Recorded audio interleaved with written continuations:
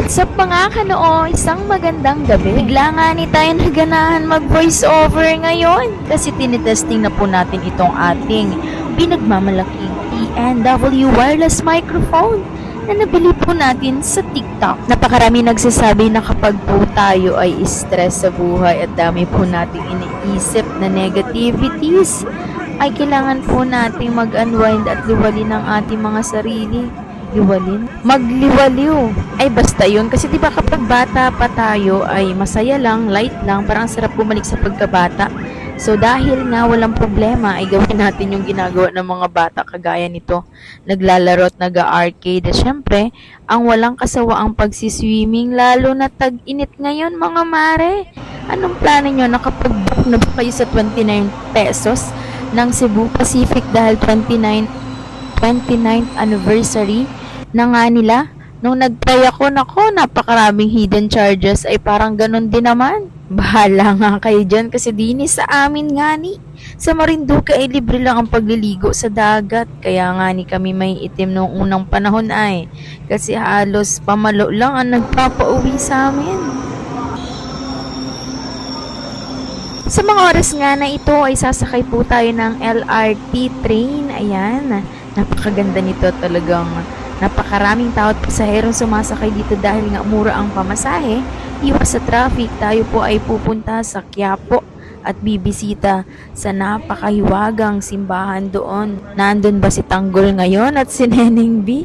Shout out! Meron man tayong kahilingan o gustong ipagpasalamat, wag na wag po natin kakalimutang bumisita sa mga simbahan na kung saan ay ginaganap ang pagbabahagi ng magandang balita at mga salita ng Diyos. Napakasarap dahil parang pinapakain po natin ang ating mga kaluluwa at lalo po tayong lumalakas. Tapos nagkakaroon ng pag-asa na matupad ang ating mga hinihiling at ang ating inaasam na mga pangarap sa buhay. At isa nga sa magandang gawin para matupad ang mga ito, syempre wag na wag po tayong susuko at wag tayong magpapatalo sa laban at sa hamon ng buhay kasi isipin mo hindi ka lang nag-iisa.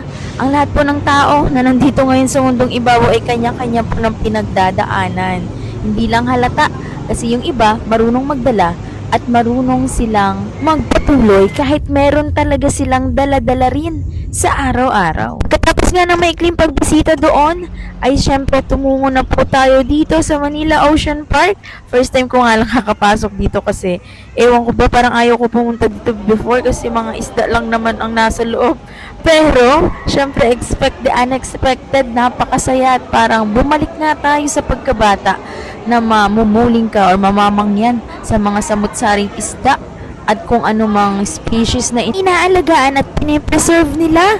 Napakaangas talaga nun. Syempre, mamumuling ka at mamamangyan dahil ngayon ka lang nakakita ng ganong mga isda at talagang parang nasa ilalim ka nga ng dagat. At ibabahagi ko sa inyo lahat ng yan dito sa ating pagpasok sa Manila Ocean Park, particularly dito sa Oceanarium na tinatawag. Isang tip nga po pala pag pupunta kayo dito ay mas magandang mag-book po kayo at bumili ng ticket online para hindi na kayo pumila doon sa mahabang pila na dinaanan natin kanina. Dire-diretso lang kayo dito. Papapakita nyo lang yung inyong QR code para makapasok kayo at mas mura din syempre kapag sa online kayo mag-a-avail. At eto na nga, pagkatapos ng photoshoot dun sa entrance ay eto na ang bubungad sa atin, ang napakagandang pang-entrance ng kanilang aquarium. Grabe, sa una pa lang ay tawang-tawa na si Ining. Ano kaya nakita na yung isda din eh. Meron bagang talupak at tapulok din eh. Hala, ikot-ikot tayo dyan at tingin-tingin para nakita ko dito yung mga pang-aquarium na molly ay At saka meron dito mga dalag ay ewan ko ba kung anong tawag dyan. Charot lang. Basta yan yung mga isda na yung napakalinaw ng tubig at napakagandang pagmasdan. Pagkaakyat nga natin dito sa hagdanan na ito ay may nakita akong anak ni Lolong. Ay, charot. Meron ditong buaya na akala ko ay ano lang siya, statue.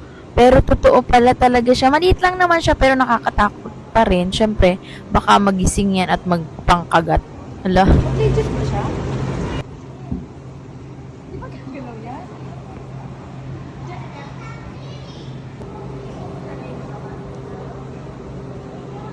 Ay, tingnan nyo nga naman, napakalalaki ng mga tilapia na ere at napakadami din eh. Hala, tilapia ba yan? Charot lang, hindi ako masyadong matandain sa mga pangalan ng mga isda. Basta kung ano yung kamukha ay siya na yun. Meron nga palang mga ano dito, yung mga label kung anong isda sila. Pero tinatamad ako magbasa. Hala, ang tamad naman. Meron diyang, ano ba yun? Basta yan na yun. Ilang kilo kaya yun? Dala tayo ng ano, pamingwit. Alamin ito, malalaki na to.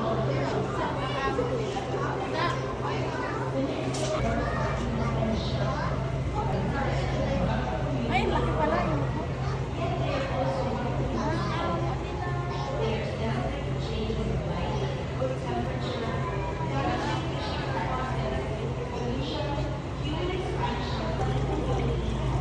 Parang ganito yun.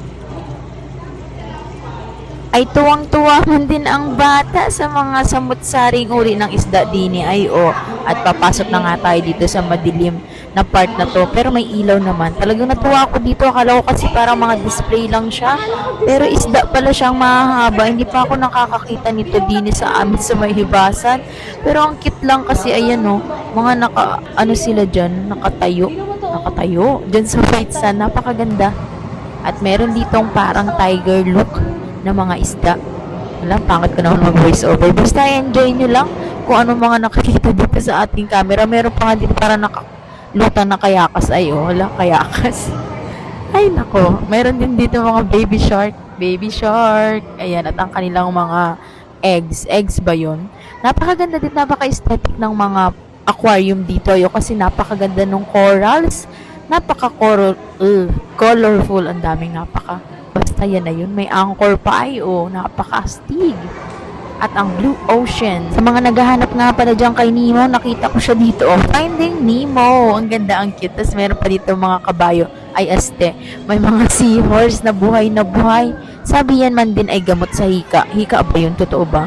At syempre, napaka-cute ng mga corals. May green, may orange. At ewan ko anong tawag dito. Sa maral ba yan? Kapag ng voice over ay maraming salamat sa panonood.